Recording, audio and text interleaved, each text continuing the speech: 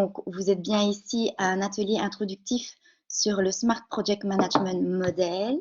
Alors, quelques informations par rapport à l'Institut, parce que je ne sais pas si tout le monde nous connaît bien. Donc, le Smart City Institute est un centre de recherche, un institut académique qui a été créé en janvier 2015 par notre directrice Nathalie Crutzen, qui est donc prof ici à HEC, École de gestion de l'Université de Liège. Et nous avons une particularité, c'est que nous étudions la Smart City vraiment sous l'angle du management. Donc les questions qui nous animent ne sont pas forcément les aspects technologiques ou techniques de la Smart City, mais vraiment on est beaucoup plus dans les sciences humaines et sociales, dans des compétences de gestion et de soft skills. Donc les questions qui nous intéressent sont comment est-ce qu'on met en place une stratégie Smart City, comment on gère ce type de projet, comment on mesure l'impact de ces projets, comment on fédère les différentes parties prenantes autour de ce projet et avec quel modèle économique et comment on finance ce type de projet, par exemple. Donc ça, ce sont vraiment les questions qui nous intéressent. On parle également de gestion du changement au sein de l'Institut. Et donc, nous avons une quinzaine de collègues qui travaillent vraiment sur ces différents aspects et qui collaborent également avec d'autres facultés de l'université pour vraiment créer cette complémentarité en termes de recherche. Et donc, nous avons vraiment 4 piliers en termes de mission. La première qui est vraiment de la recherche académique, étant ici à l'université. Un pilier de formation où nous essayons vraiment de transmettre les informations et les nouvelles recherches que nous avons vers la société, donc via cette formation, donc une formation continue à destination des professionnels. Et donc, la formation ici commence pour cette année en octobre, donc bientôt. Nous avons également pour but de faciliter l'innovation en soutenant tous projets entrepreneuriaux ou les projets justement de communes, et également une casquette de sensibilisation via notamment nos guides pratiques, via nos événements ou encore nos baromètres. Alors, je reviens quand même sur la définition de la Smart City telle que nous l'entendons ici à l'Institut. Je pense que beaucoup l'ont déjà entendu, mais j'insiste toujours et j'aime toujours bien faire un petit pour qu'on démarre vraiment sur la même base. Et donc, une Smart City est pour nous un écosystème de parties prenantes. Donc, l'important de faire intégrer dans la réflexion Smart City les gouvernements locaux, les associations de citoyens, les entreprises, donc le secteur privé, mais également le monde de l'université et tout type d'autres organismes et institutions qui sont installés sur le territoire. Tout ce petit monde s'engage alors dans un processus de transition durable sur un territoire spécifique et utilise alors les technologies vraiment comme facilitateurs, comme support et non pas comme une fin en soi pour vraiment répondre à ces objectifs de durabilité. Et quand on parle de durabilité, il y a évidemment 3 piliers, la prospérité économique, le bien-être sociétal et bien sûr la préservation des ressources naturelles. Et donc, on a tendance, nous, à traduire le mot Smart City chez nous par territoire durable et intelligent. Et j'insiste sur le mot intelligent en disant que le terme intelligent reflète évidemment l'aspect technologique comme support, comme facilitateur, mais également l'intelligence humaine, donc vraiment l'importance de miser sur l'intelligence collective et comment on peut se baser, créer un socle d'acteurs différents, cette multidisciplinarité qui existe sur le territoire, d'où le mot écosystème de parties prenantes pour définir la Smart City. Alors ici, je vous présente l'équipe qui travaille sur ces workshops autour du SPMM. Donc vous avez Audrey qui s'est présentée tout à l'heure et qui est la coordinatrice du projet et qui vous expliquera également tout à l'heure les différents indicateurs, comment est-ce qu'on définit des indicateurs pour pouvoir réaliser un monitoring de manière concrète. Vous avez également donc moi qui est une des créatrices du modèle SPMM et vous avez en support nos 2 Pauline Ness qui travaille chez nous en tant que Community Manager et Pauline Verhoeven qui est une stagiaire ici à l'Institut. Alors ici, je vous présente les différentes étapes de notre présentation, donc ce qu'on va aborder aujourd'hui durant cette matinée. Je commencerai par vous présenter brièvement le SPMM pour les personnes qui n'auraient pas encore consulté notre note ou qui connaissent tout simplement pas l'outil. Ensuite, on passera par une introduction sur le monitoring et l'évaluation par Audrey et donc qui vous expliquera vraiment comment mettre en place une démarche de monitoring, pour qu'elle soit vraiment durable intelligente. Et puis alors, on passera aux modalités pratiques par rapport aux prochaines journées de workshop et à une séance de questions-réponses si vous avez encore des questions par rapport à cette matinée et les journées à venir. Nous penserons également à prévoir quelques pauses. On verra un petit peu en fonction de la dynamique de la matinée, mais des pauses seront bien entendu prévues. Voilà. Alors, je vais commencer, la partie, présentation de l'outil, mais avant de le faire, j'ai quelques questions pour vous et je vais vous proposer d'y répondre tout simplement en levant la petite main que vous avez en dessous vraiment de votre écran au milieu, le petit bonhomme avec la main levée, donc demandez la parole.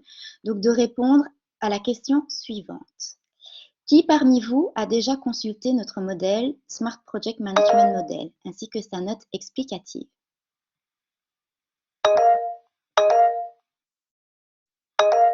OK.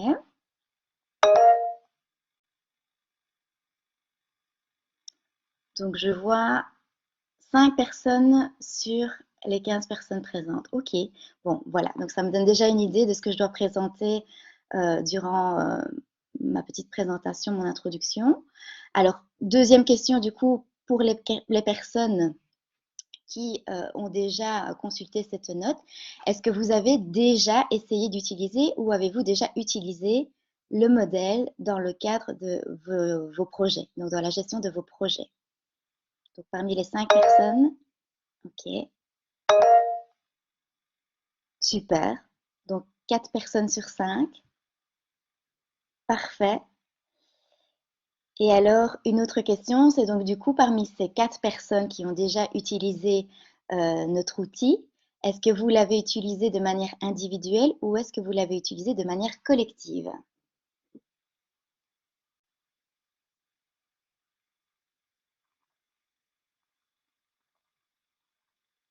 OK.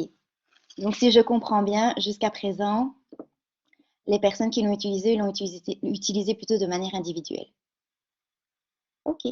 Est-ce que peut-être parmi les 5 personnes qui ont répondu, qu'elles avaient déjà utilisé, le modèle, est-ce que vous souhaitez peut-être faire un petit retour sur les difficultés que vous avez rencontrées avec l'utilisation de l'outil? Ou ce que ça vous a peut-être apporté, juste comme petite introduction?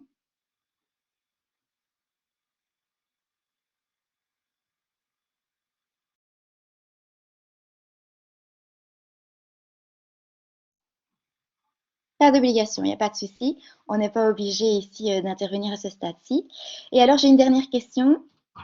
Qui n'est pas reprise dans mes slides, mais je pense qu'elle est super intéressante. C'est une question pour tout le monde.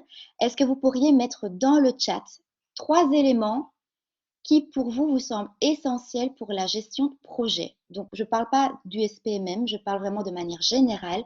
Vous êtes tous des gestionnaires de projet. Quels sont pour vous les 3 éléments essentiels? Que ce soit des éléments en termes de ressources, que ce soit des outils, que ce soit peut-être des méthodologies que vous utilisez en interne. Qu'est-ce que vous utilisez qui vous semble nécessaire pour une bonne gestion de projet? Je vous laisse répondre dans le chat.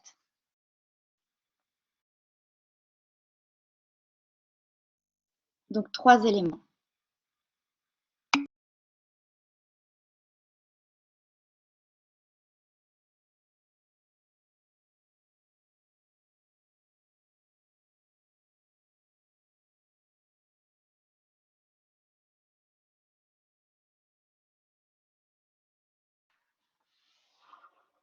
Si vous n'avez pas 3 éléments, vous pouvez en mettre, 1 ou 2, hein.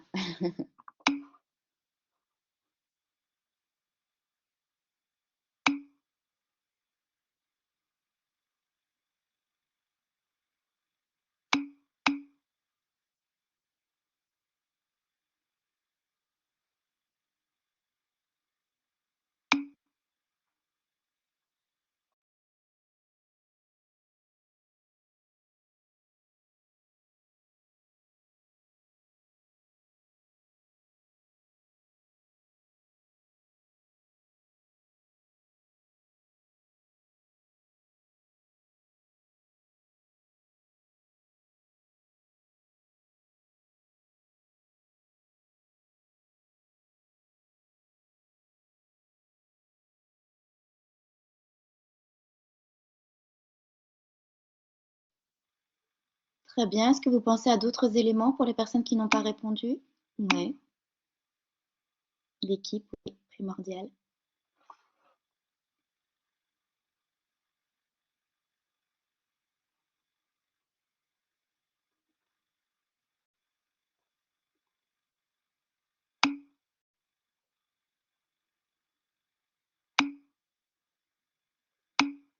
Communication, tout à fait.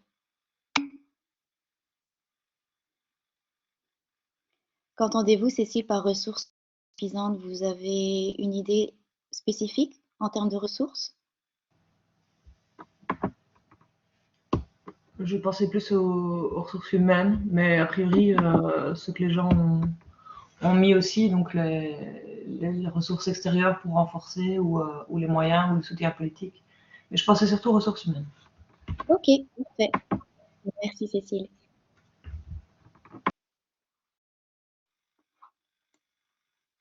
Super. Merci beaucoup pour votre intervention. Je vois. Ok. Merci, Jenny. Tout à fait. Voilà. Alors, je vais rentrer dans le vif du sujet et donc vous expliquer pourquoi le Smart City Institute a créé le SPMM. C'est comme ça que nous l'appelons parce que c'est quand même un nom assez long. Et donc, comme vous le savez, en tant que référent académique de la Smart Région, le rôle du Smart City Institute est de soutenir les villes et les communes dans leurs projets de transition durable et intelligente.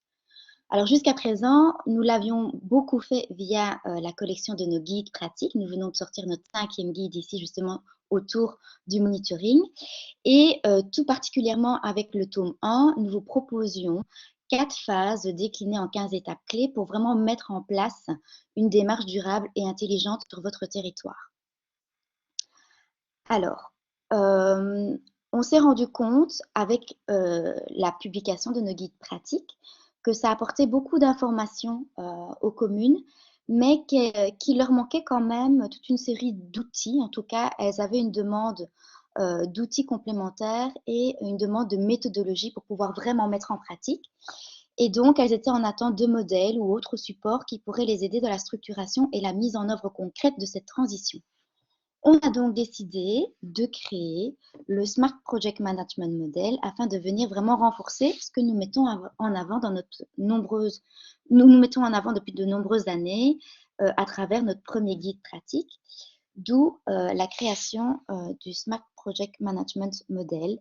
Et donc l'idée, notre ambition, c'est qu'à l'avenir, nous aimerions publier d'autres supports de ce type pour vraiment vous aider dans la concrétisation de vos projets et donc de pouvoir vous mettre à disposition dans quelques années une certaine boîte à outils pour vraiment vous aider à mettre en œuvre vos différents projets de transition durable et intelligente. Alors, petit rappel quand même, c'est que, oui, merci Pauline pour cet aparté. Donc, je vous rappelle également que la petite différence que nous avons entre le guide pratique et le modèle SPMM, c'est que le guide pratique va vraiment apporter une méthodologie pour réaliser une transformation globale au niveau de votre territoire. Tandis que le SPMM, c'est vraiment de la gestion de projet. Donc, on est vraiment dans quelque chose de beaucoup plus précis. Je le montre d'ailleurs ici sur le schéma suivant, c'est que au départ, vous avez une stratégie globale qui va englober toutes les initiatives que vous allez mettre en œuvre sur le territoire, que ce soit des initiatives existantes ou des nouvelles à développer, et qui vont ensuite se décliner vraiment en petits projets où là, vous allez devoir créer un plan d'action pour mettre en œuvre ces différents projets. Et donc, l'utilisation du SPMM se fait vraiment à ce stade de projet. Donc ça, c'est vraiment une information importante à préciser par rapport à la différence qu'on fait entre vraiment les 15 étapes clés du guide pratique, qui est de toute façon un processus itératif et qui reprend donc d'office également les différentes étapes du SPMM. Mais le SPMM est vraiment un outil à utiliser vraiment en termes de gestion de projet. Alors, à qui est-il destiné? Donc, ce modèle a été élaboré et s'adresse tout particulièrement, donc, comme je l'ai précisé, aux gestionnaires de projets au sein des communes et des villes, mais aussi au sein d'autres organisations publiques et parapubliques, telles que les intercommunales, les GAL ou encore les associations. tous les organismes au niveau régional ou même provincial peuvent également utiliser ce modèle pour leur gestion de projet et bien entendu toute autre structure, qu'elle soit publique ou privée, qui souhaite s'orienter vers plus de durabilité peut bien entendu utiliser notre modèle de gestion de projet. Alors, sous quelle forme est présenté notre outil? Alors, le SPMM est décliné en 2 éléments téléchargeables gratuitement sur notre. Vous avez d'abord le modèle SPMM en tant que tel, qui est un modèle, un canevas visuel et pratique, qui est à compléter et à utiliser de manière continue. Alors, nous vous conseillons d'ailleurs de l'imprimer et d'en faire peut-être un grand poster pour pouvoir justement le compléter de manière collaborative et de le faire avec l'aide de post-it. Et vous avez ensuite vraiment ce fascicule, notre note explicative, qui va vous expliquer vraiment en détail comment utiliser le modèle et ce qui est attendu de vous pour chacune des cases à remplir sur le canevas. Et ça va vous permettre ainsi du coup de vraiment maximiser le potentiel d'utilisation du modèle. Alors, dans quel cadre utiliser le SPMM? Alors, le SPMM a vraiment pour objectif de favoriser l'intelligence collective et la participation des différentes parties prenantes, que ce soit pour co-construire le projet ou pour communiquer vers les acteurs touchés par le projet. Donc, comme vous l'avez compris, c'est un outil qui aide à structurer et à gérer efficacement vos projets, un outil de réflexion également. Il va vous permettre de planifier et de suivre vos projets. Et quand j'entends par le mot suivre, c'est également réaliser un monitoring par rapport à l'impact qu'ont vos projets et la mise en œuvre de vos projets. Et ça a également donc comme objectif de pouvoir être un outil de communication, que ce soit pour communication par rapport aux différentes parties prenantes du projet, pour pouvoir communiquer auprès des usagers et donc de pouvoir déterminer quels sont les éléments essentiels à communiquer et à transmettre, ou tout simplement pour communiquer en interne avec votre équipe ou avec les décideurs politiques au sein de votre commune. Et donc tout ça vraiment dans une logique de collaboration et de durabilité.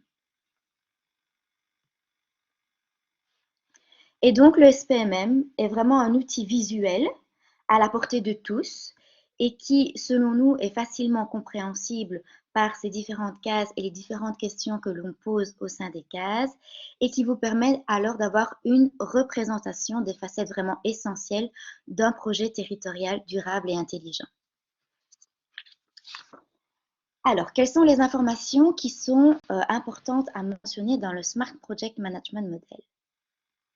Donc, comme vous l'avez compris, c'est un outil qu'il faudra compléter au fur et à mesure et il se base sur les principes connus de la gestion de projet, dont notamment la célèbre roue de Deming, qui consiste à dire qu'il faut reproduire continuellement 4 étapes clés pour mener à bien des actions. Première étape, c'est vraiment de planifier. Ensuite, de réaliser. Après avoir réalisé, on vérifie ce qu'on a réalisé. Et après vérification, on réajuste si c'est nécessaire. Cette approche et ces piliers, c'est vraiment la base de la gestion de projet et ce sont des éléments qui vont vraiment permettre l'amélioration continue de vos projets. Et donc, en d'autres termes, en anglais, c'est vraiment l'aspect plan. Je définis le ou les objectifs du projet que je souhaite atteindre et j'associe là ou les actions à mener pour atteindre les objectifs que je me suis fixés. D'où je mets en œuvre les actions prévues. Check, j'analyse les résultats obtenus par rapport aux résultats attendus. Et là, il est donc nécessaire de réaliser une comparaison justement par rapport à ce qu'on a planifié et à ce qu'on a réalisé. Et puis acte, j'agis, je réagis. Il faut à ce moment-là donc analyser ce qui peut encore être amélioré par rapport aux résultats attendus. Et là, on engage de nouvelles actions. Et dans l'idéal, ces nouvelles actions, il faudra de nouveau reprendre le processus global de la roue de Deming. On va les replanifier, les réaliser, les vérifier et de nouveau les réajuster si besoin. D'où l'importance de ce cercle vertueux et ses différentes flèches. Et donc, par rapport au SPMM, vous avez plusieurs parties à compléter et qui reprennent vraiment donc, ces 4 phases essentielles de la gestion de projet. Ici, nous sommes dans la partie du haut, comme vous pouvez le voir, vraiment sur les éléments qui définissent le projet. Donc, est-ce que vous avez un titre de projet? Quelle est la proposition de valeur? Donc, qu'est-ce que vous proposez? Quel est le service ou le produit que vous proposez ici? Et dans quel but? Est-ce qu'il a pour but, voilà, de favoriser un meilleur usage du territoire ou autre? Donc voilà, quelle est sa proposition de valeur? Quels sont les avantages de ce nouveau projet? Quelle est l'équipe projet autour de ce nouveau projet? Est-ce qu'il y a un chef ou plusieurs chefs de projet? Quels sont les différents membres de l'équipe? Est-ce qu'il y a différents services également qui doivent participer à la mise en œuvre de ce projet? Et existe-t-il des partenariats avec peut-être des acteurs privés ou des intercommunales ou autres? C'est également à mentionner dans cette case-ci. Et puis, vous avez également donc, le comité de suivi qui, lui, sera à déterminer au moment de la planification également, au moment de la détermination de votre stratégie de monitoring. Et ça, Audrey vous en parlera juste après, donc vous donnera quelques conseils sur comment composer votre comité de suivi, le comité d'évaluation. Ensuite vient vraiment la partie des prérequis. Par rapport aux prérequis, l'objectif est de vérifier si le projet qu'on étudie s'inscrit dans une vision globale et commune en termes de transition durable et intelligente, c'est-à-dire est-ce qu'au préalable, il y a une grande stratégie au sein de votre commune dans laquelle est repris le projet que vous allez mettre en œuvre ici? Est-ce que cette stratégie globale est portée par un certain leadership et une vision politique, une volonté politique, pardon, et donc que votre projet ici est également porté par ce leadership et cette volonté politique?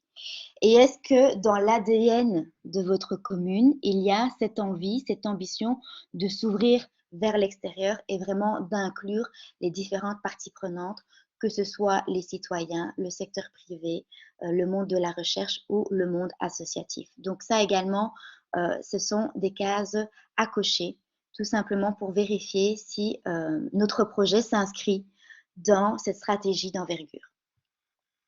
On arrive ensuite à la partie planification, où là, dans la partie planification, vous avez la première colonne de gauche qui consiste également ici à déterminer si votre projet s'inscrit également. Oui, il y a peut-être une question.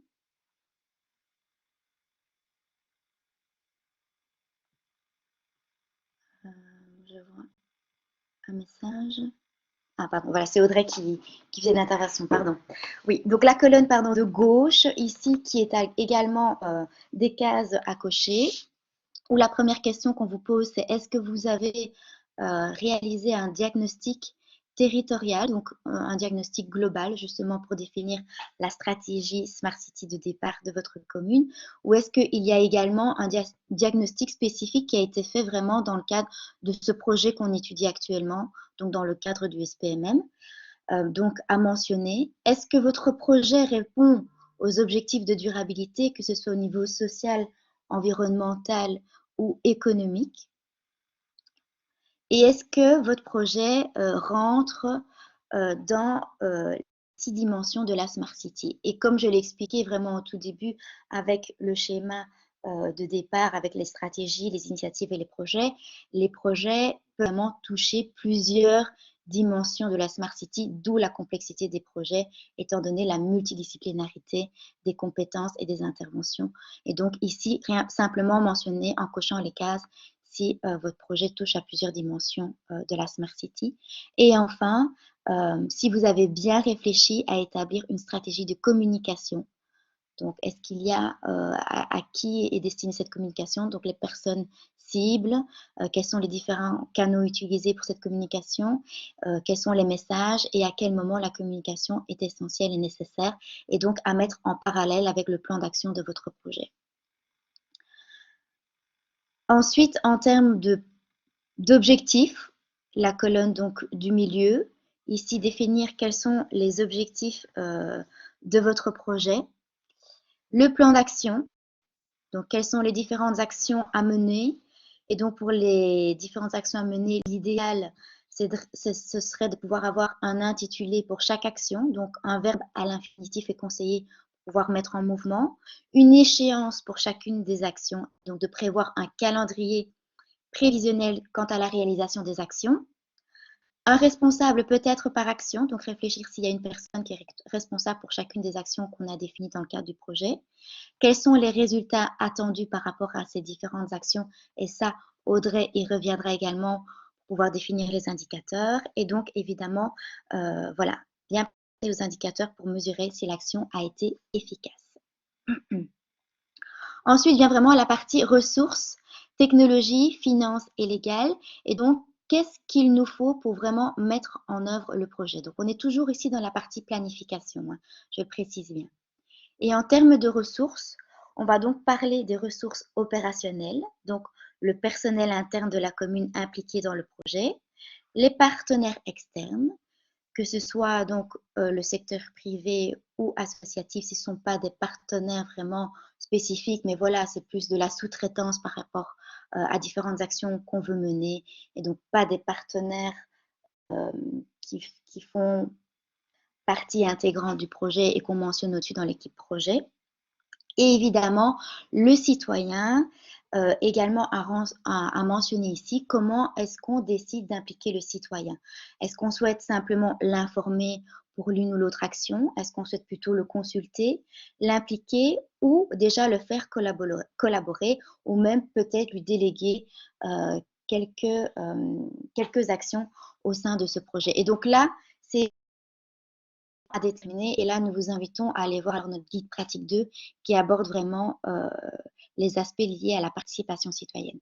Alors, j'insiste sur l'importance de dire qu'il ne faut pas forcément déléguer toutes les actions, évidemment, aux citoyens. Il faudra bien juger si telle action nécessite plus de l'informer que de l'impliquer.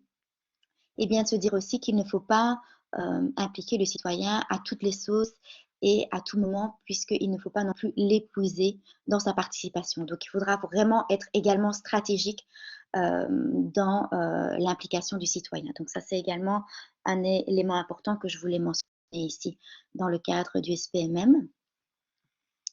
Et puis alors, il y a les aspects technologiques qui sont donc à envisager comme des facilitateurs dans le développement du projet. Alors, il sera vraiment essentiel à ce stade-ci, lorsque vous allez mettre les post-it autour de la technologie, d'avoir quand même une connaissance minimale des technologies qui existent sur le marché et d'en comprendre les avantages et les opportunités. L'objectif est vrai, opter pour la ou les solutions les plus adaptées à votre projet. Pensez que la technologie employée doit être capable de s'adapter aussi aux infrastructures existantes sur votre territoire, mais elle doit aussi être capable de répondre à des besoins futurs, donc dépassant la limite du projet que vous lancez, sinon vous allez vite tomber aussi dans l'obsolescence technologique.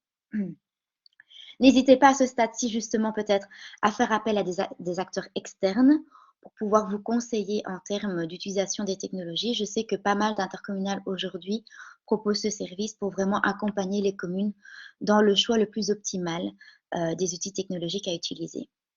Et enfin, je terminerai par rapport aux technologies de bien communiquer en interne avec les autres services qui souhaiteraient aussi peut-être mutualiser l'utilisation de ces technologies et donc de penser à l'interopérabilité de l'outil et des achats que vous allez faire ici par rapport aux technologies.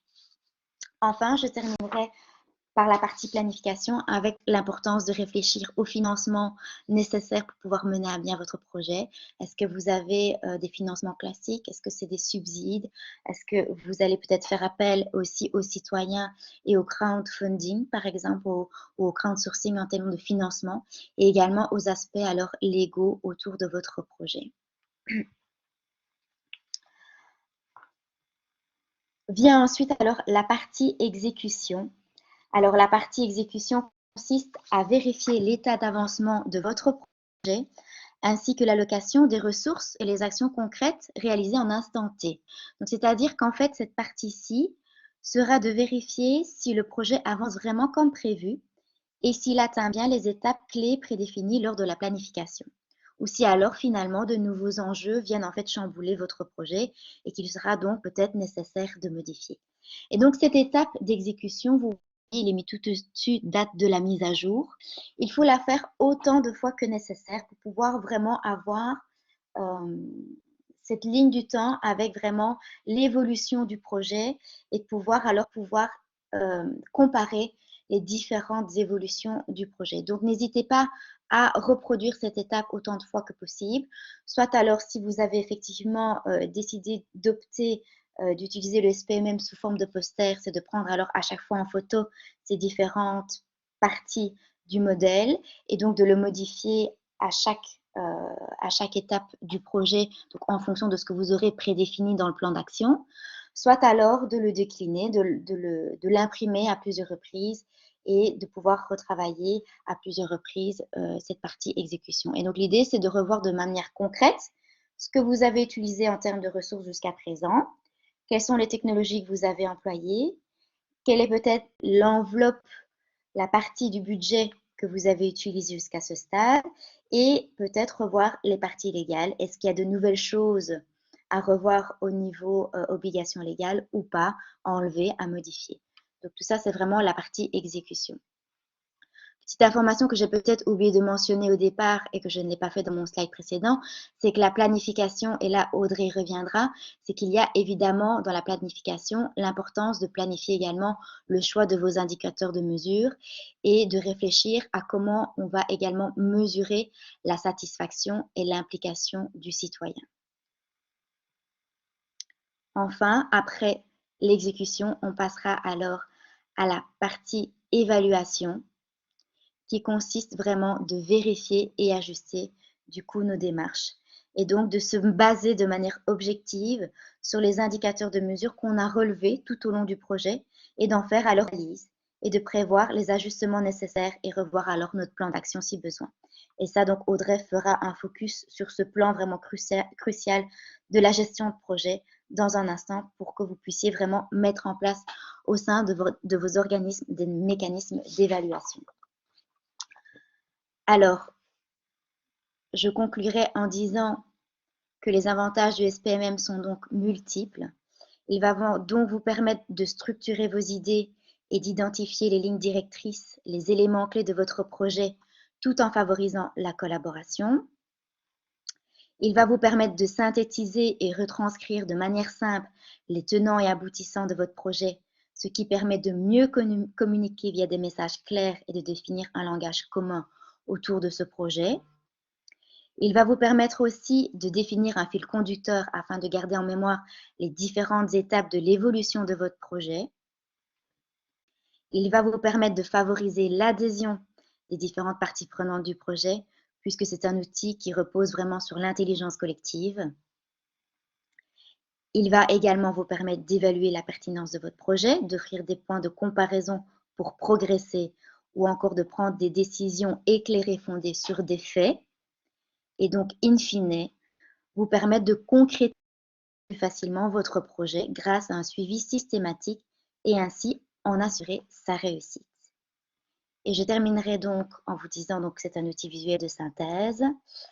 Et je termine donc par ce slide qui est une des nombreuses façons parmi tant d'autres d'utiliser le SPMM et de se dire que le SPMM est vraiment votre synthèse des éléments essentiels qui composent votre projet, mais qu'il y a évidemment d'autres documentations, d'autres modèles, d'autres canevas que vous pouvez utiliser qui viendront vraiment compléter le modèle SPMM.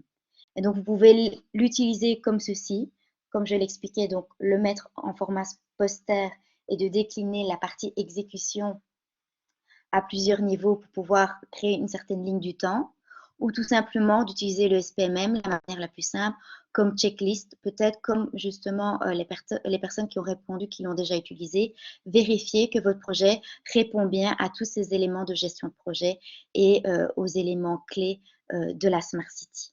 Voilà, donc n'hésitez surtout pas à vous approprier vraiment de ce que vous avez déjà en interne et à votre culture de gestion de projet au sein de votre organisme. Merci.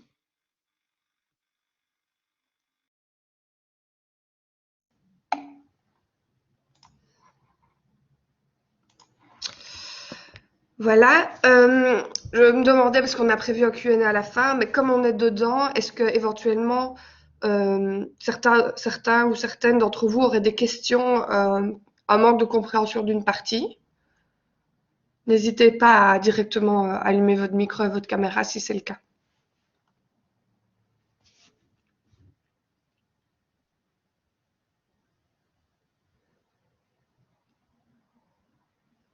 Bon, visiblement, tout est très clair. Ce que je vous propose, c'est que comme le contenu est assez dense et que celui qui vient est aussi assez dense, je vous propose une petite pause, si vous faut vous refaire un café ou autre, et nous reprendrons la session à 10 heures pile. Voilà.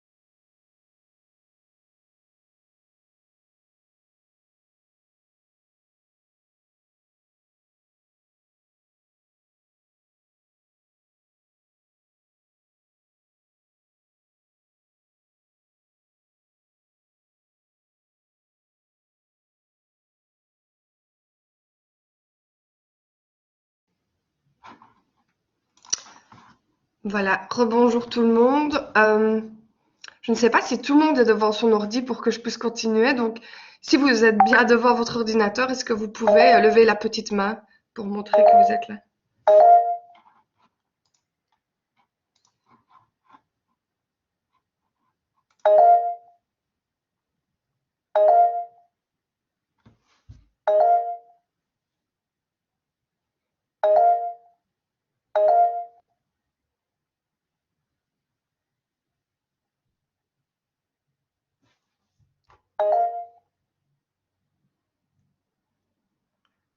Est-ce que les autres qui n'ont pas levé la petite main sont arrivés entre-temps? Si oui, levez la petite main.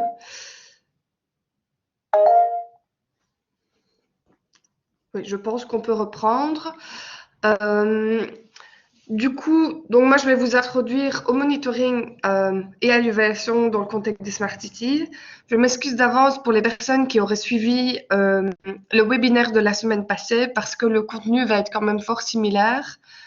Mais dans tous les cas, n'hésitez pas, si vous avez des questions de clarification pendant la présentation, de les poser directement dans le chat. On a prévu beaucoup de temps ce matin pour être sûr qu'il y ait vraiment une compréhension de la théorie. On a bloqué jusque midi, donc on sera là pour toutes les questions qu'il y a. Et sinon, bah voilà, on finira un peu plus tôt. Et donc, n'hésitez pas si maintenant ou même par la suite, vous avez des questions de choses qui ne sont pas claires. Donc, au Smart City Institute, nous nous intéressons au monitoring et l'évaluation dans une logique de gestion et mesure de la performance. C'est pour ça que le modèle a été créé. Mais qu'est-ce que c'est au juste? La gestion de la performance, c'est l'approche systémique visant à améliorer les résultats d'une initiative grâce à la prise de décision fondée sur des données probantes et l'apprentissage organisationnel continu afin d'atteindre un certain niveau de performance. C'est très dense, mais ça résume vraiment bien notre objectif ici. Alors, on distingue généralement deux approches dans la gestion et la mesure de la performance. Il y a la perspective outside-in, qui mesure les performances d'une ville, d'un territoire ou d'un projet sur base de questions présentes dans le débat public. Donc, typiquement, ça va être les classements, où on compare plusieurs territoires entre eux sur qui a la mobilité la plus verte, qui fait le plus de participation citoyenne. Et donc, on va récolter des données pour savoir, sur base de ces critères-là, où on en est. La deuxième perspective, c'est l'inverse, c'est inside out. Donc, elle est vraiment axée sur l'amélioration des performances et est basée sur le cœur de la stratégie du territoire ou du projet et l'analyse des questions qui sont relatives à la mise en œuvre de ce projet. C'est vraiment la perspective que nous favorisons dans tout ce que nous faisons. Parce que les classements, c'est pas mal, mais ça met aussi beaucoup les territoires en compétition, alors que nous pensons que, évidemment, chaque territoire est unique et spécifique et qu'il ne faut pas forcément les comparer entre eux. Dans ce contexte-là, qu'est-ce que le monitoring et l'évaluation? Donc, encore très dense, mais le monitoring, c'est la collecte et l'analyse planifiée, continue et systématique de données sur des indicateurs spécifiés pour fournir des indications sur l'ampleur des progrès et la réalisation des objectifs d'initiative. L'évaluation, quant à elle, c'est une étude périodique, systématique et objective d'initiative.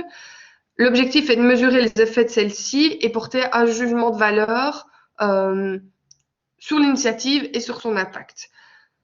Voilà, ça paraît très académique comme définition, mais pour résumer, le monitoring explique ce qui se passe et comment, tandis que l'évaluation va aller plus loin et aussi expliquer pourquoi ça se passe de cette manière-là. Et comme on peut le voir sur le petit schéma, le monitoring, c'est quelque chose qui va vraiment se dérouler du début, même un peu avant le projet, jusqu'à la fin de celui-ci, tandis que l'évaluation se passe à des moments vraiment très précis.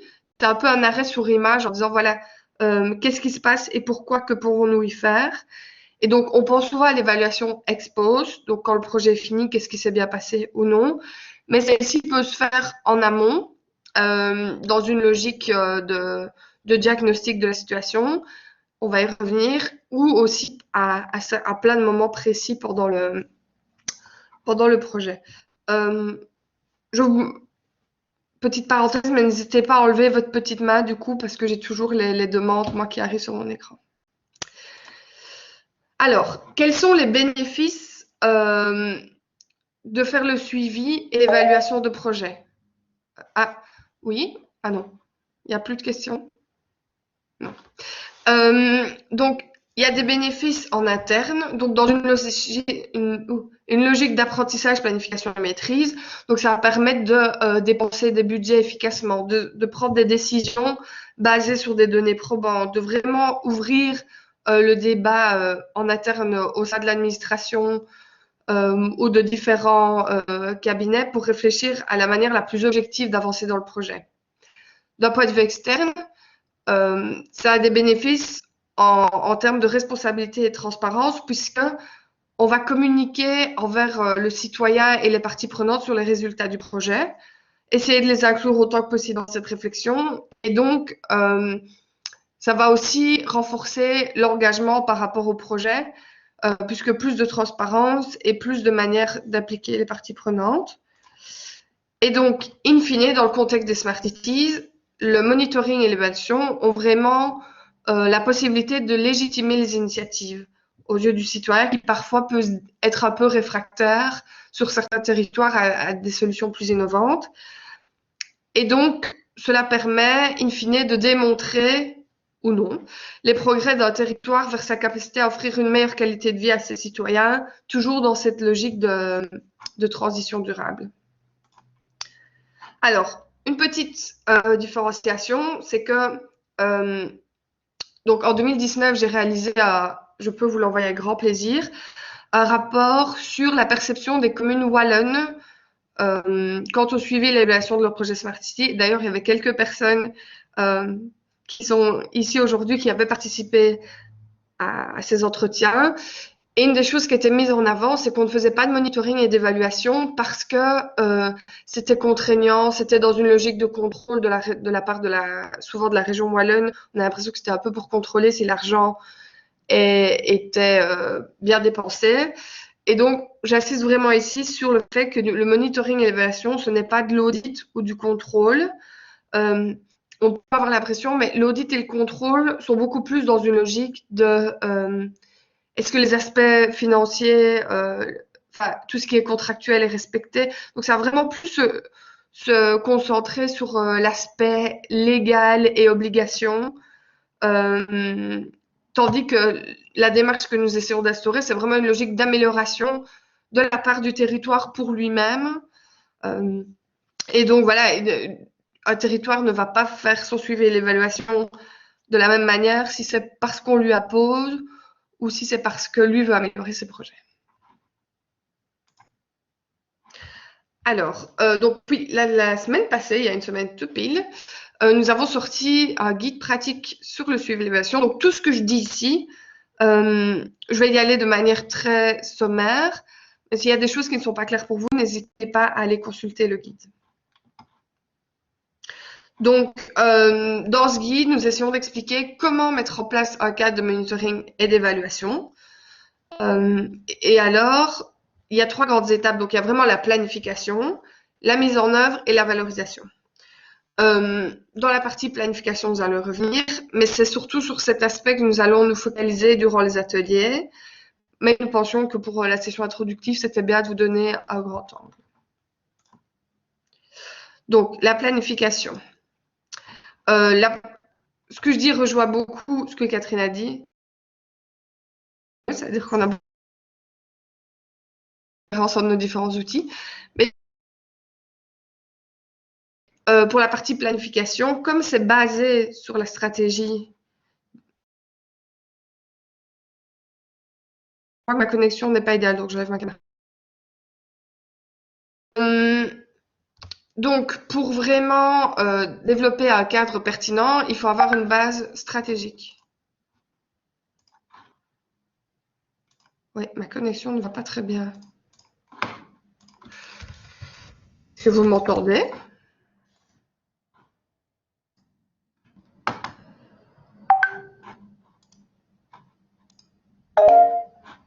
Ah ok, vous m'entendez. N'hésitez pas à me faire savoir, mais oui, j'ai un gros problème d'Internet. Normalement, peut-être avec la caméra, ça devrait aller. Sans la caméra. Donc, il faut avoir vraiment une base stratégique et une idée de ce qu'on veut faire de la Smart City dans le territoire. Je vais essayer de parler très lentement, comme ça, si ça coupe, vous aurez quand même les informations. Et donc, il faut savoir quelle est la stratégie autour de cet aspect Smart City et le décliner en objectifs opérationnels, plan d'action. Donc, c'est pour ça qu'est fait le SPMM. Et pour plus d'informations, oui, aussi se référer au premier guide pratique. Alors, quand on a une idée de cette stratégie territoire intelligent, il faut définir tout un tas de questions d'évaluation qui, à la fin du suivi de l'évaluation, nous permettront de faire le point. Et nous prenons de faire ça dans 5 domaines différents. Donc, l'efficience. Donc, tout d'abord, oui, la pertinence. Donc, est-ce que la planification et la conception de l'initiative répondent aux besoins? Dans le guide, je prends l'exemple d'une formation au système informatique qui est mise à disposition des personnes âgées. Donc, ici, ce serait de se dire, bah voilà, il y a une fracture numérique actuellement sur mon territoire. Est-ce que le fait de faire cette formation à destination des personnes âgées va permettre de passer au-dessus de ces freins? Des questions en termes d'efficience. Donc ça, c'est vraiment l'implémentation de l'initiative. Est-ce que nous avons pu organiser cette formation avec les ressources humaines et budgétaires définies au début? L'efficacité, est-ce qu'on a atteint les objectifs? Donc, est-ce que les personnes qui ont participé à la formation sont vraiment venues à la formation et ont suivi l'intervention et ont reçu les messages qu'on voulait faire passer? Les résultats, donc liés à l'impact. Est-ce que les personnes qui sont venues à cette formation se sentent plus à l'aise avec l'informatique et les nouvelles technologies après? Et puis, des questions sur la pérennité des résultats. Donc, est-ce que autant de mois après la fin de la formation, les participants et participantes avaient ressenti les bénéfices et continuaient à apprendre sur la thématique? Donc, c'est ici ce que je viens de dire. Ensuite, on peut passer au plan de monitoring qui lui-même se fait en plusieurs étapes.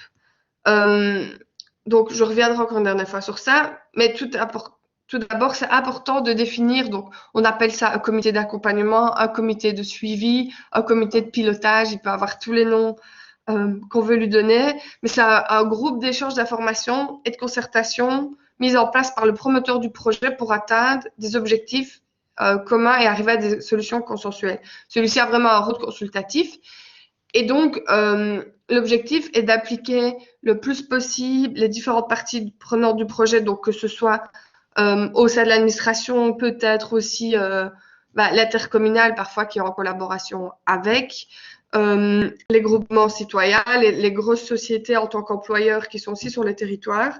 Donc, il faut réfléchir à la composition, au mandat, la périodicité et le nombre de fois donc qu'on fera des réunions et où.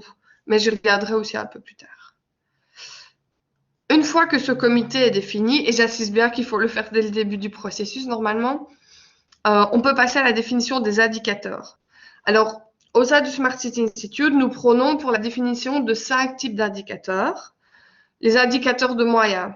Donc, ces indicateurs vont donner des informations sur les ressources nécessaires à la mise en place d'un projet. Donc ici, typiquement, on parlera des ressources humaines, des ressources financières, lorsque c'est des projets très concrets, du matériel utilisé, par exemple, les capteurs disponibles et ce genre de choses. Ensuite, les indicateurs d'activité, donc pour voir si les activités planifiées ont eu lieu.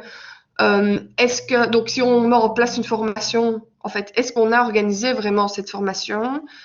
Est-ce que les réunions qui étaient prévues des différentes parties prenantes, dont notamment les COMAC, ont eu lieu? Si on doit mettre en place, je ne sais pas, des capteurs, est-ce qu'il y a un calendrier pour ces capteurs qui a été mis en place? Ensuite, des indicateurs de réalisation donc, qui rendent compte des progrès immédiats et à court terme de l'initiative. Donc voilà, la formation a eu lieu. Est-ce que le nombre de sessions prévues a été fait dans le calendrier disponible? Est-ce que le nombre de capteurs qu'on a voulu installer a été installé? Des indicateurs de résultats. Donc, est-ce qu'on a atteint les objectifs à moyen terme sur le public cible? Pour reprendre encore l'exemple de la formation, est-ce que les participants ont compris les enjeux du numérique et s'ils sont adaptés? Est-ce qu'on arrive à avoir des informations, je reprends des capteurs, hein, sur la qualité de l'air? Est-ce que ça a aidé à contribuer à quelque chose? Et puis l'impact, c'est les effets long terme sur les destinataires. Donc, est-ce que par exemple la fracture numérique a diminué en partie grâce à cette formation? Définir des indicateurs liés à ça. Et aussi les effets sur les non-destinataires. Donc, par exemple, voilà, s'il y a un petit commerce, on va dire, d'IT sur le territoire, est-ce que son chiffre d'affaires a augmenté grâce à la formation qui était destinée aux personnes âgées? Aussi, pour un peu spécifier ici, nous, on vous donne les 5, mais dans le cadre de l'atelier et de ce qui vous est demandé par la région Wallonne, on se focalisera sur les indicateurs de réalisation, résultats et impact.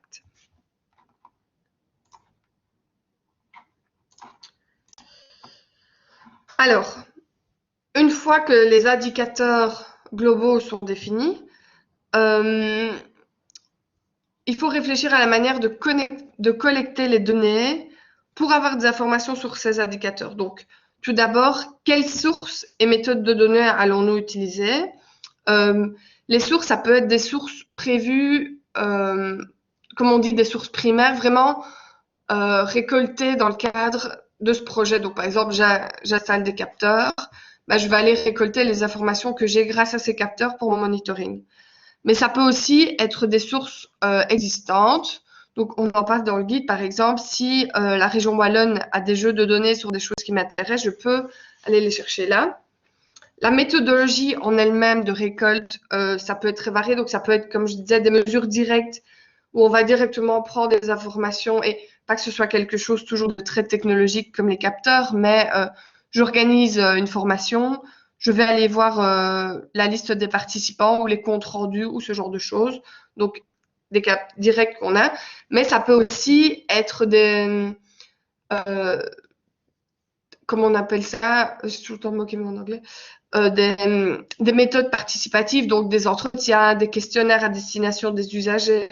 Il y a vraiment tout un tas de choses et on en reparlera plus pratiquement pendant les ateliers, mais n'hésitez pas aussi à les consulter dans le guide, on a toute une liste. Quand on se questionne sur les sources et méthodes de récolte de données, il faut vraiment penser aux applications. Donc, tant en matière de coût, est-ce qu'on a déjà le budget pour aller chercher ces données-là? À titre d'exemple, une fois, j'avais discuté avec une commune qui disait, mais oui, aller chercher des jeux de données dans des sociétés externes, parfois, ça nous revient moins cher que d'installer des capteurs nous-mêmes. Mais inversement, il y a aussi des choses très simples qui ne coûtent rien, mais envers lesquelles on n'est pas à la pointe du tout. Donc, par exemple, une commune ne savait pas le nombre de personnes qui venaient par mois dans son théâtre. Alors que ça paraît être une donnée simple, des billets d'entrée-sortie, c'était impossible d'avoir ces indicateurs, ces données-là. Et donc, il y a vraiment toute une réflexion à avoir aussi en ce qui concerne le RGPD. Je confonds toujours l'acronyme anglais et français, mais donc la protection des données, la manière dont on veut récolter, est-ce que c'est en phase avec ce règlement? Donc, il y a vraiment toute une réflexion à avoir. Il faut aussi définir qui récoltera ces données et à quelle fréquence, donc ce qui est le plus pertinent dans le projet, et aussi, in fine, qui analysera ces données. C'est seulement quand cela est fait qu'on peut spécifier les indicateurs. Et j'insiste bien là-dessus parce qu'il faut utiliser une première fois la méthode de collecte de données pour savoir où on en est actuellement. Ça ne sert à rien de dire grâce à mon initiative, on va diminuer on va diminuer les émissions de CO2 de 30% sur le territoire si on ne sait pas où on est actuellement. Donc, il faut vraiment mesurer une première fois où on en est par rapport aux indicateurs pour de là pouvoir faire des indicateurs qui sont plus précis, qui sont rattachés à un objectif cible quantifiable, qui sont aussi en accord avec les parties prenantes du projet parce que on pourrait dire au sein de la commune, oui, l'objectif est de diminuer d'autant de pourcents les émissions, mais si on travaille avec une entreprise qui se dit, mais non, c'est pas possible en fait pour moi de faire cela, peut-être qu'on doit revoir ça à la baisse, donc que ce soit aussi réaliste, et puis défini temporellement avec vraiment une date et une limite de temps, donc dire diminuer d'autant les émissions de CO2 pour janvier 2025, par exemple.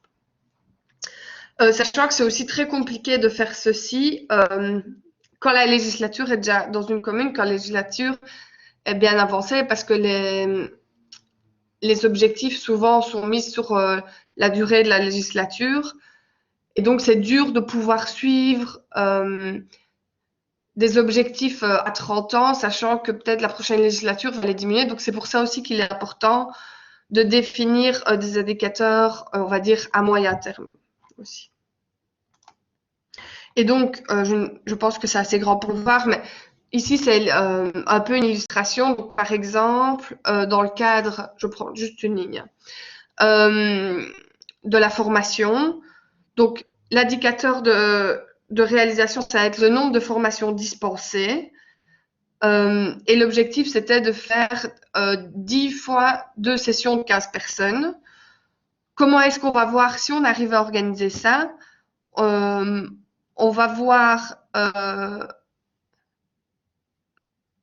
on va regarder sur le calendrier, on va regarder la liste de présence, on va regarder en ligne sur la plateforme si des personnes ont soumis des projets liés à cette formation.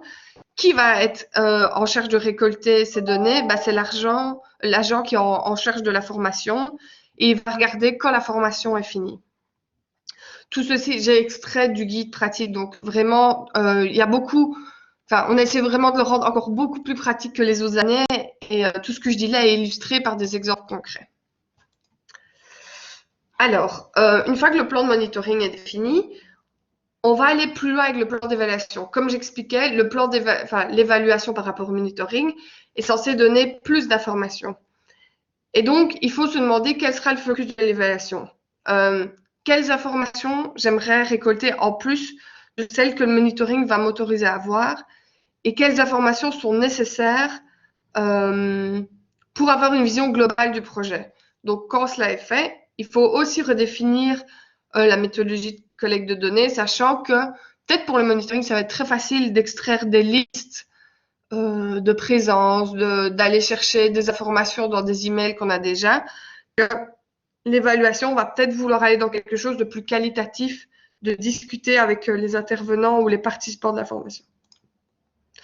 Et donc, ici, si je me réfère aux questions, grâce à monitoring, on va par exemple pouvoir savoir nombre de sessions organisées, est-ce que le budget a été respecté et utilisé. Alors, il faut se demander, oui, mais si ça a été respecté, tant mieux, mais sinon, pourquoi? Et donc, rechercher des autres données telles que les factures, prendre le compte rendu des réunions, aller chercher des informations auprès des personnes impliquées dans le projet. Et encore une fois, redéfinir, on va peut-être dans ce cas-ci demander au comptable et au personnel chargé de la formation et alors essayer de le faire de manière assez fréquente.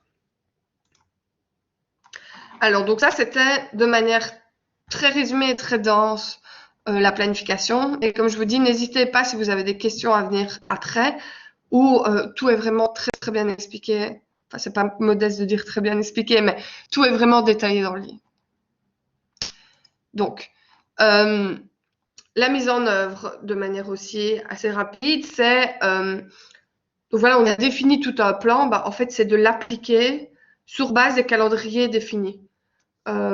Et donc de récolter, de faire des focus group, parfois des entretiens, d'écrire des rapports, enfin, comme on l'a défini. La l'analyse des données, ça va dépendre aussi des ressources qu'on a en interne, aussi si on sollicite des personnes extérieures. Mais l'idée est vraiment de prendre les données et essayer de les comprendre et de les analyser en fonction des questions qu'on a et de les synthétiser peut-être au travers d'un tableau. Pour reprendre l'exemple d'avant, donc voilà, on se rend compte que le budget a été dépassé, mais on sait justifier pourquoi. Parce qu'on voit que des ordinateurs sont tombés en panne pendant la formation et que voilà, c'est le seul écart qu'on a eu, par exemple. Alors, la dernière étape, c'est vraiment la valorisation. Donc, comment est-ce qu'on valorise? La manière la plus courante de valoriser les résultats de monitoring et d'évaluation, c'est en communiquant dessus. Et donc, il y a ces 4 étapes vraiment sur lesquelles il faut réfléchir. Donc, quel est l'objectif de la communication? Est-ce que là, déjà, c'est quelque chose qui va être une communication interne pour juste rendre compte des résultats? Est-ce que l'objectif, c'est d'avoir de la transparence envers le citoyen? Avec cet objectif, oui, définir les cibles. Donc, est-ce que c'est le citoyen? Est-ce que c'est la région wallonne, la presse? Sur base des objectifs et de la cible, les messages vont aussi être différents de la manière dont ils sont tournés dans un rapport ou d'une autre manière. Et une fois que ces messages sont définis en fonction de la cible, on va définir les moyens de partager le message et donc les canaux utilisés. Donc, est-ce qu'on va faire un rapport qu'on va juste envoyer? Est-ce qu'on va faire un webinaire où on va inviter toutes les parties prenantes du projet? Est-ce qu'on va faire une session début de soirée à la commune où on invite telle et telle personne? C'est vraiment une réflexion globale à avoir, mais il faut vraiment que les objectifs, cibles et messages et moyens soient liés l'un à l'autre. Alors, l'objectif du début, si je puis dire, monitoring évaluation, c'est vraiment l'amélioration des initiatives. Et donc, pour reprendre le schéma de début de Catherine, c'est vraiment plan, do, act, check. Je ne sais plus dans quel ordre elle l'a mis, mais donc, c'est voilà, à la fin de se demander comment est-ce qu'on utilise ces résultats, qu'est-ce qu'on a adapté. Et il y a différentes utilisations qui peuvent en être faites. Donc, instrumentale, qui est vraiment prendre les recommandations et les résultats à la lettre et dire, voilà ce qui en ressort, comment est-ce qu'on adapte notre initiative. Il y a aussi des utilisations éducatives. Voilà, on ne sait pas ce que... Là, dans l'immédiat, on ne saurait plus adapter le projet parce qu'il arrive en fin de parcours. Mais qu'est-ce que ça nous apprend pour la suite? À qui est-ce qu'on peut partager ce message pour aussi mettre en avant les difficultés pour que ça ne se reproduise pas dans un contexte plus large? Et puis, il y a aussi l'utilisation symbolique de dire, voilà, on a vu qu'il y avait ces résultats-là, mais rien n'en est fait. Alors, comme on ne vit quand même pas dans un monde de bisounours, il y a aussi des fois où c'est compliqué de pouvoir améliorer et valoriser le contenu. Ça peut être pour des raisons organisationnelles ou bureaucratiques parce que la machine est lancée et c'est dur de revenir en arrière parce qu'on arrive à la fin et qu'il faut conclure. Il y a aussi une réalité qui peut être les échéances électorales. Donc, si le projet donne peut-être une mauvaise presse à un élu, il va peut-être pas vouloir le mettre en avant vu qu'il a peur que ça le porte en désavantage. Et parfois, c'est très touchy ce qui en ressort. Et donc, on préfère un peu laisser tomber parce qu'on a peur que ça mette à mal une certaine coalition politique ou des rapports de pouvoir. Et donc, parfois, c'est possible de passer au-dessus de ces choses-là, mais c'est juste, il faut les avoir en tête pour qu'aussi, si on ne peut pas tout le temps valoriser ce qui a été fait, pour pouvoir le garder en tête pour plus tard et pouvoir le réutiliser. Alors, donc là, on a passé en revue les 3 étapes. Ce qui est vraiment central, et c'est quelque chose qu'on prône un peu dans tout, c'est la participation des parties prenantes au projet. Et donc, avant, pendant et après ici, pour reprendre dans le cadre du monitoring et de l'évaluation, Donc il faut les appliquer autant que possible dans la question d'évaluation, dans la définition d'indicateurs et d'objectifs cibles, voir dans quelle mesure on peut les appliquer dans la récolte des données, d'une part pour une question de légitimité, mais aussi parce qu'ils ont peut-être accès à des données qu'on n'a pas en tant qu'autorité publique, et aussi, et c'est très important aussi, dans la valorisation, parce que pour que le projet soit aussi plus accepté, le plus de canaux il y a et le plus de parties prenantes communiquent dessus, ben, le plus ce sera accepté. Et donc, pour revenir une dernière fois sur ce comité de suivi, donc là je reprends la définition. Donc, lorsqu'il faut définir qu'est-ce qu'il peut faire, ben, il peut évaluer les progrès réalisés, le groupe peut examiner les rapports et rebondir dessus, approuver les transferts budgétaires qui sont les compétences, modifier les échéanciers financiers et opérationnels, regarder un peu aux dépenses, identifier de problèmes potentiels, contribuer à l'ajustement et aussi coordonner ou commander les rapports d'évaluation. Alors, ouais, il faut vraiment se demander qui sera dans ce COMAC. Donc, ça peut être évidemment, et il faut des personnes au sein de l'administration en charge et le personnel qui est lié à la mise en place pratique de ce projet. Réfléchir du côté du secteur privé, voilà, que ce soit celui qui déploie la solution éventuellement au cours d'un appel à projet, d'un marché public doit être dedans. Peut-être que parfois, c'est aussi les employeurs fort impliqués dans le projet sur le territoire. Les groupements citoyens, initiatives citoyennes, ça peut être voilà, des groupements indépendants, mais en fonction des initiatives, des choses un peu plus formalisées. Donc, c'est l'exemple qui me vient souvent en tête, mais si on met en place un projet lié au vélo, ben, est-ce que c'est pas pertinent de prendre l'antenne locale du GRAC pour vraiment représenter ce qui a été fait? Alors, quel est son mandat exact? C'est en partie les fonctions que j'ai mis ici avant, mais en quoi le comité est important pour arriver au projet à la fin? Comment est-ce qu'il peut contribuer en pratique dans la réflexion? Et donc, comme j'avais déjà mentionné, quelle est la fréquence des réunions et où se déroule-t-elle? En ligne, pas en ligne, chez qui? Un autre point important qui touche aux parties prenantes, même si ça en ressort un peu, c'est il faut aussi se demander est-ce qu'on fait l'évaluation et une partie du suivi en interne ou est-ce qu'on le délègue? Ça va dépendre de beaucoup de choses. Donc, que ce soit les compétences, monitoring, évaluation, voilà, il y a beaucoup de communes qui n'ont pas d'agents qui se connaissent forcément dans le sujet. Est-ce qu'on veut développer cela en interne ou est-ce qu'on peut faire prendre des personnes qui sont directement formées à le faire?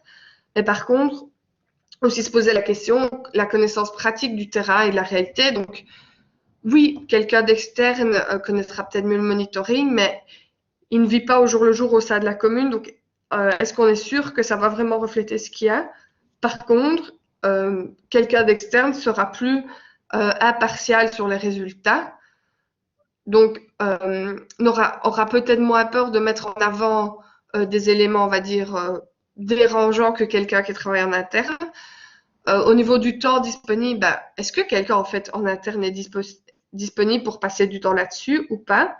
Mais inversement, est-ce qu'on a les fonds possibles pour déléguer ça en externe? Voilà, c'est vraiment une grande réflexion à avoir.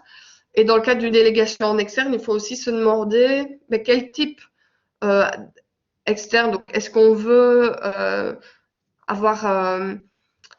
faire appel à une société de consultance, à un institut d'une université ou d'un bureau de recherche, peut-être des agences scientifiques existantes? Voilà, c'est beaucoup de questions à se poser.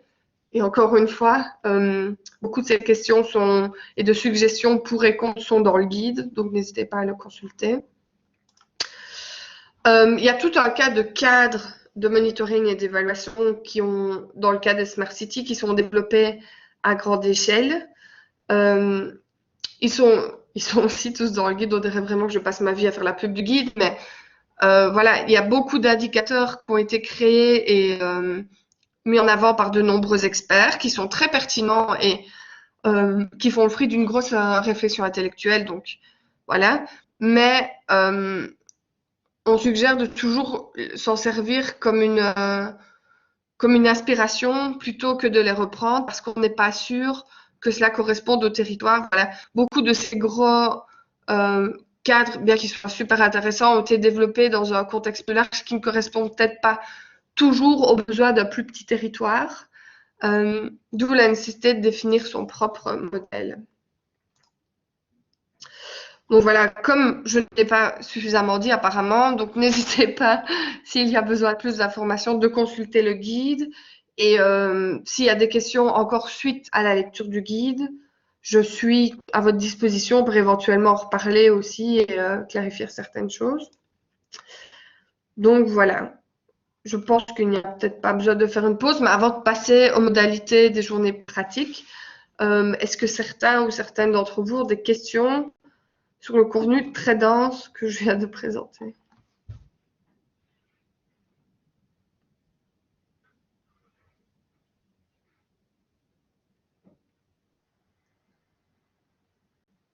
Non. Ok. De toute façon, on a encore un moment prévu après si vous avez des questions, que ce soit du contenu ou pratique. Donc, comme déjà expliqué, les journées pratiques se déroulent au travers de 3 sessions qui ont été réparties en fonction des thématiques de l'appel à projet. Donc, la première se déroulera le 11 du 10 voilà, sur les questions de mobilité et de territoire. Donc, pour rappel, sont prévues les communes de la ville de Bastogne, la commune de Chaudfontaine, la commune de Soumagne et Ygrittec. Le 18 du 10, ce sera la session dédiée à la gouvernance et la citoyenneté. Donc, sont prévues les communes de Chimay, de Wéla et les intercommunales d'Inbewe et de la SPI. Et puis, la dernière session aura lieu le 25, évidemment, je rappelle, toutes des lundis, avec la commune de Bièvre, Nassogne et le Gall pour Wassège.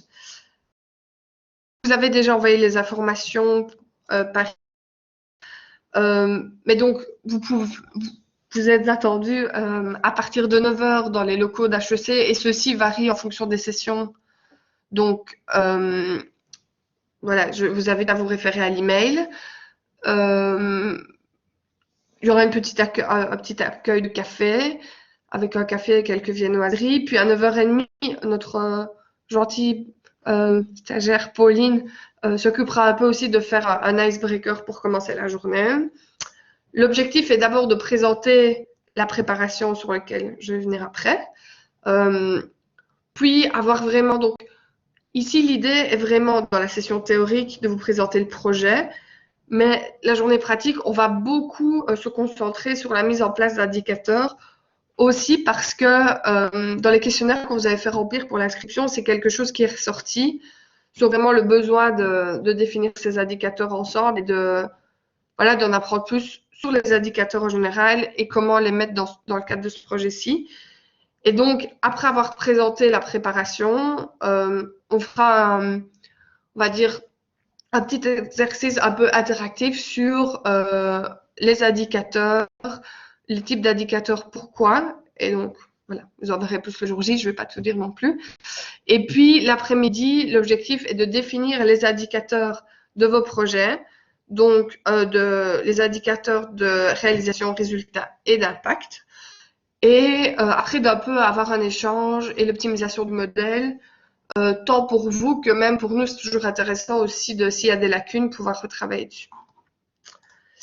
Alors, pour la définition d'indicateurs, l'objectif est d'avoir quelques experts avec nous. Donc, dans le cas de mobilité et territoire, ce sera Bruno Bianchet, qui est chercheur qui travaille à la CPDT, qui viendra réfléchir avec nous l'après-midi.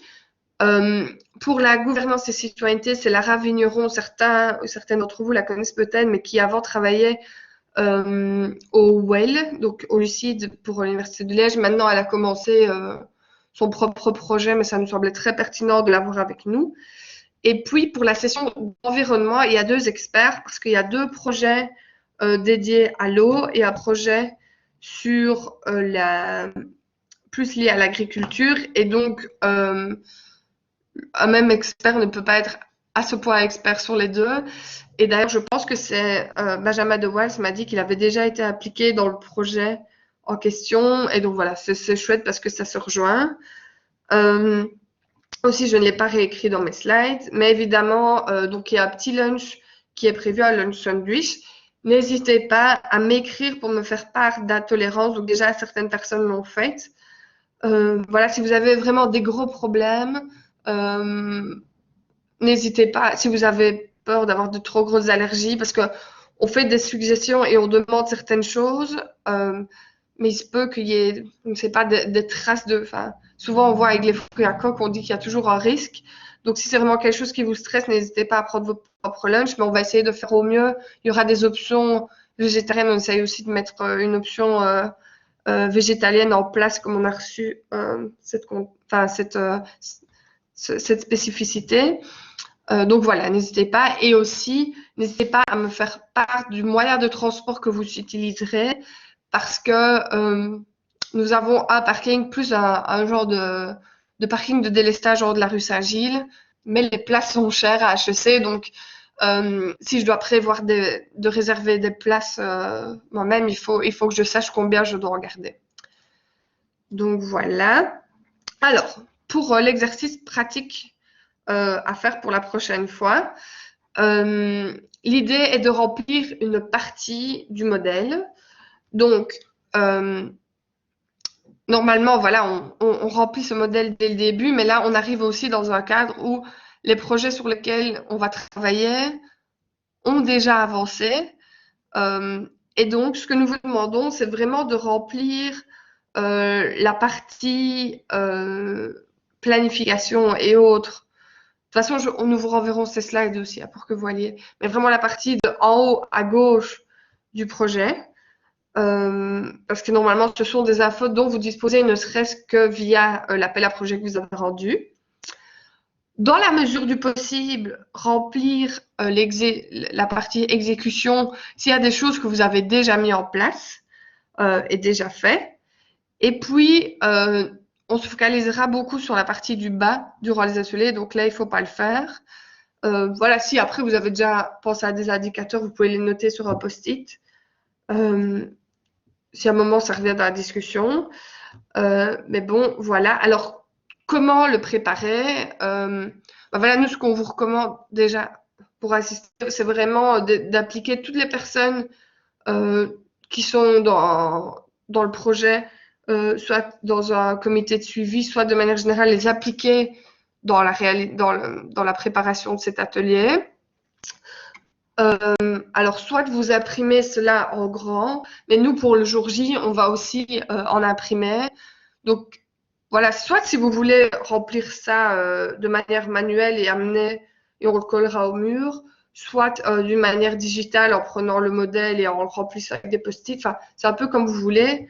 Ou si vous voulez juste écrire sur des post-it objectifs et puis écrire et le jour même remplir ce modèle, c'est comme vous voulez. Voilà, l'idée c'est juste que quand on le présente, on puisse l'avoir sur le modèle, mais que ce soit préparé par vous ou alors venir avec des post-it que vous présenterez sur les modèles qu'on a imprimés, c'est parfait. Il ne faut pas les envoyer à l'avance. L'idée est vraiment de présenter le projet au travers de cet angle lorsque vous arriverez. Voilà. Je ne sais pas si vous avez des questions. C'est vrai, le contenu qu'on a amené aujourd'hui est clôturé là, mais donc on avait prévu beaucoup de temps si des choses n'étaient pas claires ou si vous avez des questions spécifiques. Donc n'hésitez pas, la parole est à vous maintenant.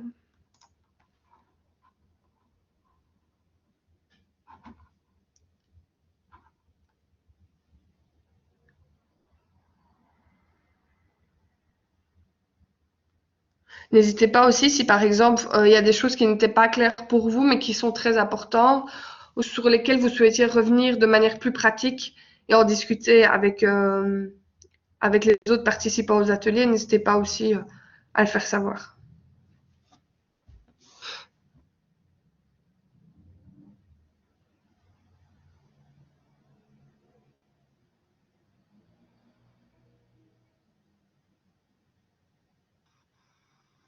Je rajouterais peut-être aussi, comme on a terminé l'atelier un peu plus tôt aujourd'hui, comme je sais que sur certains projets, vous êtes 2 en tant que chargé de projet, n'hésitez peut-être pas à mettre à profit l'heure qui suit pour déjà peut-être pré-compléter le canevas pour pouvoir du coup soit continuer de le remplir à une autre session avec les autres membres de l'équipe de votre projet ou les différentes parties prenantes si c'est possible avant le jour de notre atelier ou alors voilà d'avoir déjà préparé le devoir pour l'atelier. Donc n'hésitez pas à mettre à profit cette heure qui vient vu qu'on a terminé un petit peu plus tôt.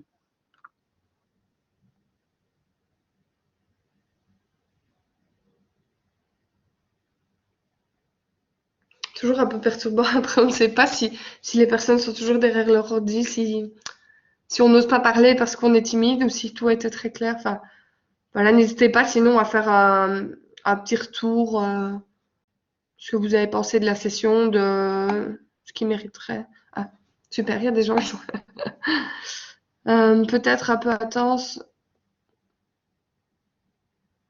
Notre projet fonctionne très bien en citoyenne, reste la mobilisation du conditionnel, ce qui est moins évident, donc on va y travailler avec vos outils. Ok, super. Oui, et c'était aussi très dense parce qu'on voulait vous amener le contenu théorique. Mais promis, les ateliers, enfin, pour vraiment expliquer de quoi il en ressort, mais promis, les ateliers sera quelque chose de très pratique et réfléchir vraiment par rapport à votre projet, à votre échelle. L'avantage ici, c'est que vous n'avez plus besoin de lire attentivement la note explicative ainsi que le guide pratique d'Audrey en détail, vu que l'essentiel a été expliqué ici durant les 2 heures passées. Voilà. Mais maintenant, si vous avez besoin d'informations complémentaires, n'hésitez pas à aller jeter un œil sur cette documentation qui vous est disponible.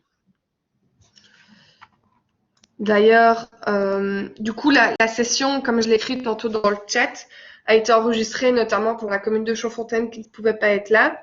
Et donc, nous vous l'enverrons dans les jours à venir s'il y a des choses à clarifier. Nous vous referons parvenir le lien du modèle aussi, de la note, du guide. Enfin, voilà. Et n'hésitez pas si d'ici la session, vous avez des questions ou besoin même de ressources. Voilà, d'un acteur dont vous avez besoin par rapport à un aspect précis de votre projet, on pourra peut-être vous le renseigner aussi au travers de contacts. Donc voilà, n'hésitez pas. Et sinon, je pense qu'on a fini, mais n'hésitez pas encore à réagir, à poser des questions. Je me permets Il ne faut juste pas. de revenir sur le commentaire de Marianne par rapport au Oui. projet donc, de Wella. Oui, mais comme on l'expliquait avec le SPMM, donc oui, il est fort possible que votre projet fonctionne très bien, surtout avec les citoyens, mais le SPMM va vous permettre vraiment de pouvoir apporter des faits concrets justement avec comment fonctionne le projet, en quoi il a un impact positif, avec des indicateurs de mesure, avec vraiment une évolution du projet, et donc de pouvoir peut-être, en tout cas on l'espère, vraiment mobiliser le collège communal par rapport à ce projet. Donc c'est vraiment un outil de communication à utiliser, de suivi, et qui vraiment va pouvoir vous permettre de prendre des décisions éclairées par rapport à la tournure du projet. Donc je pense que quoi qu'il arrive, ça reste intéressant pour pouvoir justement communiquer avec le collège.